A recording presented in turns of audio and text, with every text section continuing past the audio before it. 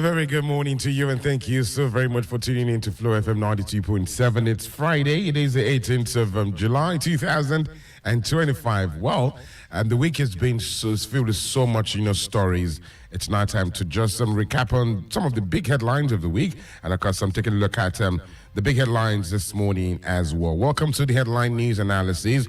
You have a chance to debate, discuss, and talk about some of the biggest news making headlines as it affects you. Bring it on the headline news analysis. My name is Adeyemi. I'm Danielle Shitta-Bey. Thank you for joining us on the analysis this morning as we round off the week. Good morning to you, Nicholas. Good morning. How are you doing today? It's almost the weekend. Yeah. No, it's even the weekend. It starts off the weekend. Okay, it's the start of the weekend. It's the start of the weekend. Okay. Because it's still a work day today. So it's it is. It is a work day, but at least it begins the weekend. All right, exactly. All right, it puts you in the mood. Exactly. Yeah. Well put. The views to be expressed is not in any way the position of FlowFM 92.7 or the staff therein, but is expressed by the analyst, Nicholas Uwerunonye. Let's pick up the conversation from the question that we had yesterday. All right, we'll pick it up from yesterday, and we had a caller, and that was Yusuf from Airport. He did ask about the former Vice President Atiku Abubakar. He became a very big news, big headlines yesterday, as he resigned from the PDP and joined the ADC. And Yusuf from Airport asks, what exactly has Atiku, done for Nigeria? This is just to educate, the people. Just Nicholas. I quite understand where the question is coming from, and it's always easy, for people to say that about Atiku. Don't forget that in the first instance, he's coming into limelight, largely came about when he was tapped as the vice president after he won an election in Adamawa State. Now, ordinarily, you see, the way the political structure is, the way the succession, politics in Nigeria is structured is that it favors a former governor more to be president because he already has something to show for why, they haven't held executive power. But when you become the vice president, it's more like you're an extra tire. But you see, in the case of Atiku, it takes a lot of, reading below the surface to really understand his capacity. For instance, I know, that most of the eggheads, most of the people that shaped Obasanjo's policies, were hunted by Atiku himself. And I'm talking of El-Rufai himself. You're talking of even Soludo and Okonjo-Iweala. He actually recommended them. And there are lots and lots of people that I know worked with Obasanjo and there were success stories, under Obasanjo's tenure.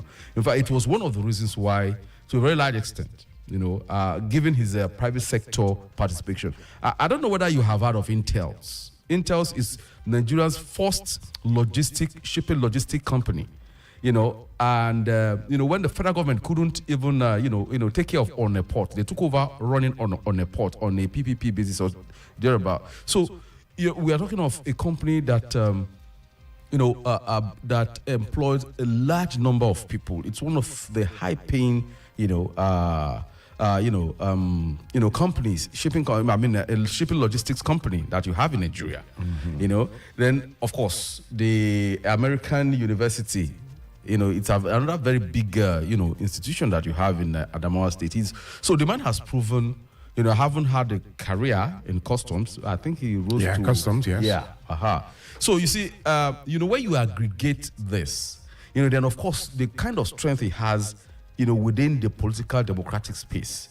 Don't forget, he was part of the June 12th thing, and somebody mentioned yesterday that it was because he stepped down. For MKO, that was one of the reasons why he paved way for MKO. So he has paid his dues politically. Then apart from there is one very key thing he did under Obasanjo, and which is Ngige. The mere fact that Ngige stayed 2 years in power was actually due to Atiku. A lot of people didn't know. There was a story of when he was kidnapped. I covered that story very well. It was because the people who kidnapped him allegedly were very close to Aso Rock, President Obasanjo himself. But it was Atiku who raised the alarm that this can't happen in a democracy. Then apart from that, there were issues that happened, towards the tail end of Obasanjo's administration. Administration. The third term. The third term agenda thing. Actually, one of the biggest players that's steaming that third term is Atiku. You know, so, but of course, you see, these are some of the things that he has done. But of course, you cannot take away the minuses that you have, especially given the fact that President Olusegun Obasanjo did a number on him, you know, writing a book and thoroughly, you know, trashing his reputation. You understand? So, but again, you know, and given the kind of, the caliber of person that Obasanjo is, you cannot have that kind of a man savaging your reputation and you remain sane. But if there is anything I admire him for, you know, his eyes has always been on that presidential, and he knows that if he takes on Obasanjo, he's going to ruffle a lot of feathers. Don't forget he worked with him, he studied him at close quarters, and nobody's a saint. You understand? Now, this is not we are not campaigning for Atiku. But you see, we have to place this with, as much as possible, Nigerians to try and understand that you have to look at every garment of a person's life, his persona. You know, that you can then make your choice. You know, your choice might be that I don't want him for my president. It is your legitimate right. But it is within his right to aspire to be president. You know. All right, let's take the reactions of people, because we did say on Monday that, yesterday rather, that this would stir a lot of conversation, and of course that will span into, you know, weeks, months, as a result of his, you know, resignation from the PDP and joining the APC. And then we looked at the angle, what becomes of the Obi situation in the ADC. Now, here's the thing. First reaction, Chief Bode George, the PDP's chieftain, has stated that the internal crisis affecting the party has been resolved, as those responsible, including the former presidential candidate Alhaji Atiku Abubakar and Dele Momodu, have exited. Well, it's no surprise that Dele Momodu has followed suit as well. Definitely. You know, you have to give it to Baba Bode George. You know, he's seen it all. He has always been a PDP man from day one. He has steadfastly maintained that Atiku's ambition is poisonous to the party. But again, we have to consider to him as an elder statesman, he has a right to air that opinion. You know, his Bode George's take is that, you know, having aspired to it for several times, that it's time to take a back seat, you know, and play the Godfather. You understand? That has always been his take, that his ambition is poisoning the entire place. You see, you cannot continue to go in and out. You see, that's what you know, if you recall the recap I was making earlier, we have said the good side. Now, this is the other side of Atiku's politics that is quite, you know, poisoning his environment. You know, don't forget, this will be about the 10th time that he's leaving a PDP. So, in fact, at a point, you know, I forgot the name of that political. He said that he has gone on a political pilgrimage, that he will soon be back. You know, at one point, you know, that is, it's at some point, you might look at it as a farce, you look at it as desperation, you look at it as, you know, somebody not coordinated. But again, this is Nigerian politics. There is no, you don't have a structure that with which you can define our politics as a party politics. So Baba has only spoken from one perspective, one tendency. You know, and I'm sure he's not the only one who even said that. I think there is this other. A couple of people who are reacting to it. Exactly. We also have the senior special assistant to the FCT minister, Leroy Olayinka, telling Atiku that he shouldn't return to the PDP after jumping ship. After people have rebuked the party, he doesn't want to hear that, you know, he has jumped ship. As well as the former ADC presidential candidate, Dumebi Kachiku, also saying that he's cautioning Peter Obi now, the Labour Party candidate in 2023 elections, not to play second fiddle to Atiku Abubakar. These are now, this is setting grounds for a lot of, it's setting the grounds for a lot of disagreements within the ADC, because this is going to stir up a whole lot. Yeah. Now, what happens, because we really didn't touch on, you know, Peter Obi, and of course, getting the backing of the Labour Party to go into the ADC, at least. Then what does that say about the persona of Peter Obi? He was very clear that he hasn't left Labour Party, and that he was authorized. You know, the party has come out to say that we authorize him to have a talk with the coalition. Now, he has on several occasions stated that political parties, a la Nigeria, is all about a vehicle with which you can get to a destination. You understand? And given the inner rifts and strifes, you know, that has turned most of these opposition parties, you generally see somebody cautious hedging his bet You understand? Then, of course, there is no certainty as to where he's going to contest from if he intends to contest in 2027. But you see, if I were to take a guess, or if I were to hazard, make a prognostication, I will tell you sincerely that the only way that you can really pull the rug off APC's feet is to have Atiku get the party ticket and somebody like Obi or somebody nominated by Obi, to be his vice president. That is the only ticket they have. That is the simple truth. Because you see, look, we are not saying that Obi does not have the thing, but there are certain things that I would have loved to say privately. There is a bigger elephant in the room that most Nigerians know, but because of political correctness, we don't want to say it. That is the simple truth. So people who come here, and talk as if, I have most of these people, I have seen them personally. I have reported them extensively.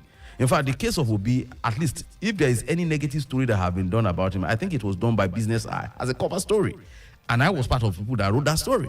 So if somebody has seen up close, and I know that the way we reason, the way we are structured in Nigeria, the kind of thing he's bringing on board, it might be very difficult for the average, and even though I feel it is, what we need at this point, a lot of people who are going to vote are not going to be swayed by such sentiments or logic. You understand? Sometimes, there is this thing in mass communication. There's this theory in mass communication, which is a kind of, it's a kind of almost diametrically opposite to the magic bullet theory. That mass media is, it has an immediate, instantaneous, and powerful effect on people. You understand? But that is Laswell, the father of mass communication, studies. But there is another counter that, look, yes, but it is not that powerful, as people say, that it goes through a mediated process. That what makes you believe a story is because there are mediated process made up of stakeholders, people who shape your opinion shapers, influencers, who will tell you that go this way, this is how you react to this, and people react. So that has always been the problem. You understand? So the mediated process, like you can rule out all manners of, like if you have a company, for instance, and you put all these three candidates before you, who will you hire based on their CV to run your company? Of course, the question is, but when it comes to politics, it's a different ballgame entirely, because then we have to think about where we come from, how we perceive people from that side of the country, what religion does it, all of them play. It's part of politics. There is nothing wrong with that. So it's about interest. It is not often organic. That will derive at a decision where we now go and thumbprint for people. It's not organic anywhere in the world. There are certain sentiments that drives a preference. So for me, if there is going to be, this is the pathway for me, if you ask me. But this is just the logical side of me talking. Perhaps the sentimental, emotional part might be something different. All right, so let's just talk about the Nigerian politics and all of this, situation, and then the players involved. We have from a vice president, Atiku Abubakar. We have the Wike on the other side, and we have the president on one side, and the APC in general, not even the president this time. But let's look at it. How does this affect Wike, Nyesom Wike? Because we heard his spokesperson Larry Alayenka speak that he should not return, to the party after jumping ship. That's one that, of course, we know that could just be, on the surface, we've heard things harder than that before. In fact, 2019 to 2023 elections, we had a lot of things. But here's a question. Now that Alhaji Atiku Abubakar has left the party, and the chieftain of the party, Chief Body Judge, they're making moves. Bukola Saraki is still there. We have Bala Muhammad still there. There's still big wigs within the PDP. Do you think Sheyi Makinde is also still there? Now, do you think this is a rebuilding period for the PDP? No, That's I don't one. see that happening. Secondly, what happens to Nyesom Wike having declared, maybe not, his loyalty to the president, and that which is the APC? Is it a good time for him to return to the party, or is he going to still exit the party? And then the Nigerian politics. He obviously, this is Inter-party activities. Wow, you've thrown a lot of questions there. Let me see how I'm going to approach that. First, Wike.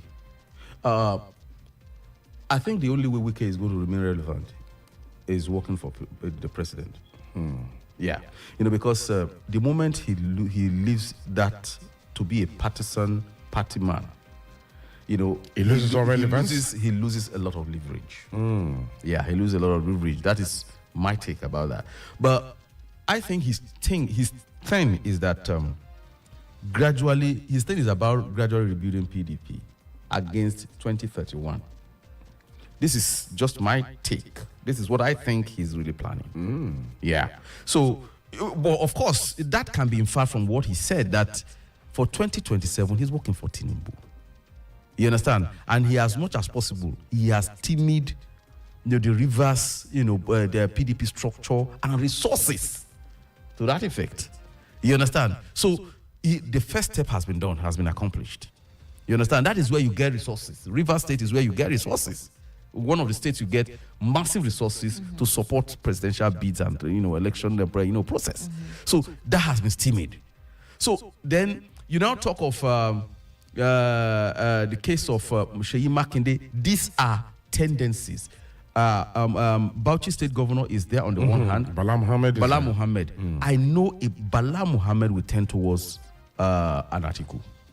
He will definitely tend towards Atiku, because you see, there is this thing about North that you have to understand. And I think the person that told me this was the former national chairman of APC, Abdullahi. I've forgotten the surname. Yeah, Abdullahi. Yeah, he was a former governor of Nasarawa State. When during ANPP convention in 2003, all the northern candidates from in ANPP stepped down for President Muhammadu Buhari. Then some southern candidates took offense. People like Harry Akonde, a multi-billionaire that threw his hat in for that ring. And he came out and said, look, this is how we do it in the north. We look at the eldest, the most sagacious of us, and we subsume our political interest.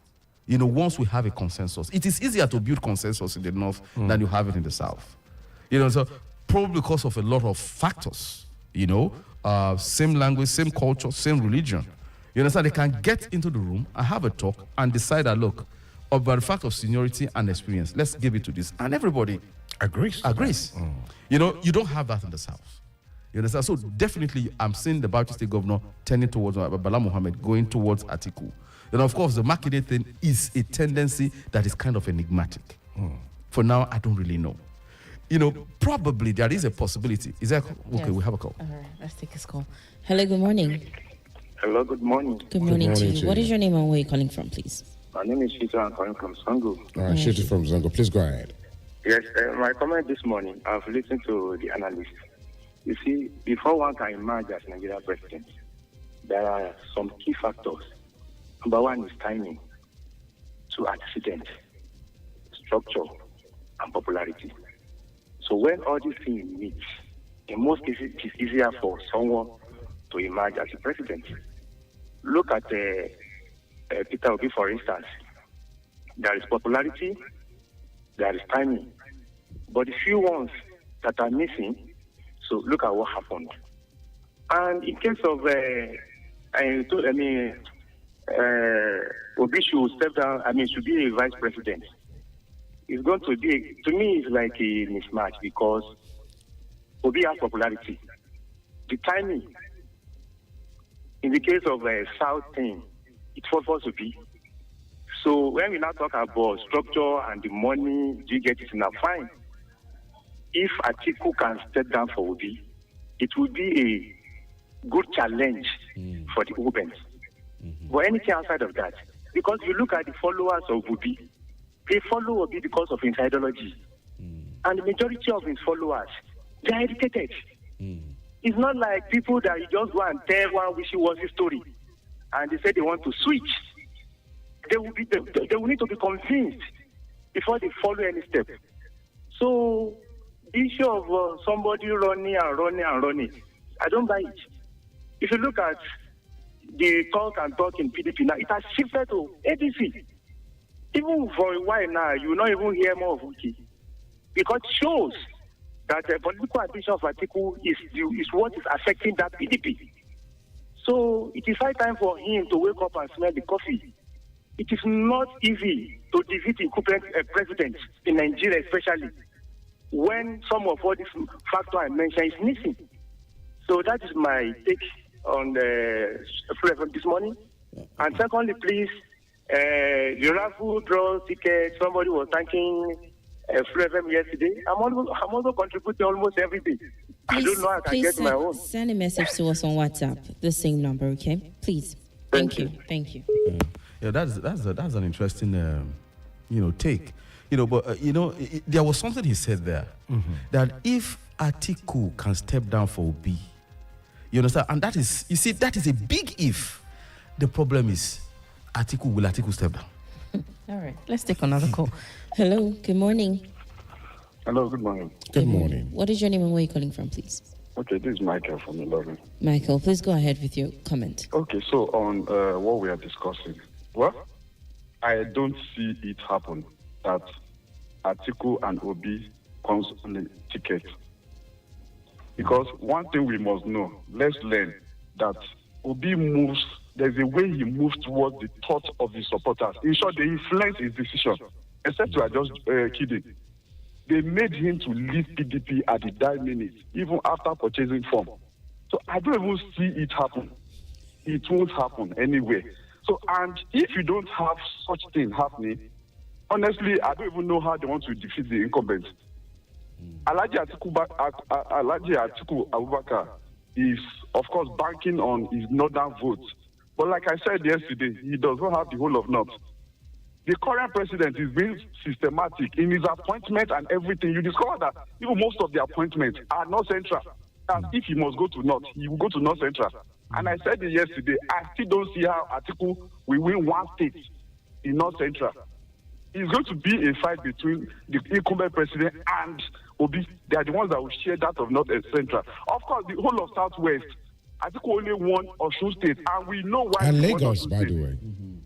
No. As the Atiku won Osun, it was Obi that won today. Obi won in Lagos, sorry. Pardon me, please. So, and he won Osun because of the sitting governor. And you already know that the sitting governor of Osun, he's already one leg in APC. In short, right now, both Dauda, Lawal, and Zamfara. In short, the structure Atiku has been using, to me, has been bastardized. And I make bold to say this worry that he singularly destroyed PDP. I want to say my reasons. Because the party wanted a southern candidate. But he used his supporters, knowing that he has all the instrumentalities within PDP, to ensure that that never happened. And since then, PDP has not gotten his way. So I feel, in my opinion, let me give a shocker. Obi will go to PDP, and Obi will be the presidential candidate of PDP. It will be very interesting. Thank you. All right. Well, let's begin. Well, he begins the whole scenario. He said something. Yeah. Obi might eventually move to the PDP, and then, well, that would be a coup of the century. Now let's look at this. He also mentioned that it's the turn of the South this time, right? The North completed 8 years under late President Muhammadu Buhari. It's the turn of the South. Why is Atiku, running? Atiku will always be Atiku. Then is it that he doesn't understand or doesn't respect the political, agreements within the players in Nigerian politics? He does. So why is it not the move to say, I'm going to disrupt this whole process? Well, you see, I think it not Shakespeare that said that is the art of designing what is on a man's mind is unknown. You don't know, you can't. Even the Holy Bible said that. Oh yeah, there's no way you can design exactly what is in a man's mind. We can only make imputations from the steps he takes. Well, there is something I have read about him. I don't know whether this is what impels him. But when I read his book written by late Adedayo Atiku, he wrote a biography on him. That even while when he was a senior officer in customs, that is a marabout saw him, just took a look at him, and said, "You're going to be president of Nigeria." You understand? People say that he believes strongly in that prophecy. You know, of course, this is Africa. We tend to believe in things like that. Maybe this is one of those things that are impeding him, but I don't know. You know, let's go. Hello, good morning. This is Colin. All right, good morning to you, Collins. Yeah, I'm fine. Yeah, I'm calling from Mondays in Ilorin here. All right, please go ahead, Collins. Yeah, I get marvel where people say it's the turn of the South. Jonathan was there for first term. Did the South, did was a leader, one of the leaders who worked against Jonathan, isn't it? So when people say, why not Tinubu finish his 8 years? Did Jonathan finish his 8 years? Was the master planner who did that for Buhari to get into power. So, like, if you what is for me, I'm a Saturday, I'm a data man, and if Tinubu, if we can work against him as we work against our brother, so be it. Thank you. Well, let's relax. Let's relax the term, because again, if you look at it, what Collins was saying was is that let's take another call there. Let's take another call. Hello, good morning. Hello, good morning. Okay. Well, what Collins was trying to say, he left out the part where the circumstances that brought former President Jonathan to power, he didn't put that into factor. The late President Yaradua was there. He passed on. He was automatically the president, and then he completed the tenure of the northern candidate. 2 years, running and a half or thereabout, and then he did the first term and all of these things. He didn't put that into consideration, Nicholas. Yeah. That is to say that there is a precedent for breaking rotational formula. There is a precedent for breaking that. So if it happens again, it's not new. Okay. That is it. Let's take one last call before we round off. Oh, okay, we lost the call. But let's take this Facebook comment. I think it is high time Atiku Abubakar should take the back seat and play the position of an elder statesman. Enough of his crossing from one party to another. Another comment from Adekunle says, I wish Nigerian politics has a good structure. You see, at the end of the day, to come down to that. But like I said, this is very, I said earlier that is the thing about politics is you are going to see a lot of sentiment. Like this guy, is it Collins? Collins, yes. Saying that, hey, this is what he did to our brother. You are going to have a lot of that. A lot of that is going to happen. It's going to play out in 2027. That no, you want to remove a fellow Yoruba man like me. Nah, lie, I no go agree. You are going to have things like that. Then you are going to have the people blocked from the southeast. Look, the Yorubas have had it under Obasanjo. They had the vice president. Why not give us just one? You understand? So you are going to see sentiments like that. So it's this. That is why, as much as possible, I like looking away from that. I look at precedent, things that have happened before. On that basis, I run my analysis. All right, let's take one more call. Hello, good morning. Good morning. Good morning. Good morning. What is your name and where are you calling from, please? I'm calling from Academy. What's your name? Awan. All right, please go ahead quickly. Our time is fast spent. Okay. So I want to talk about the man that I talked before from Zango. Okay.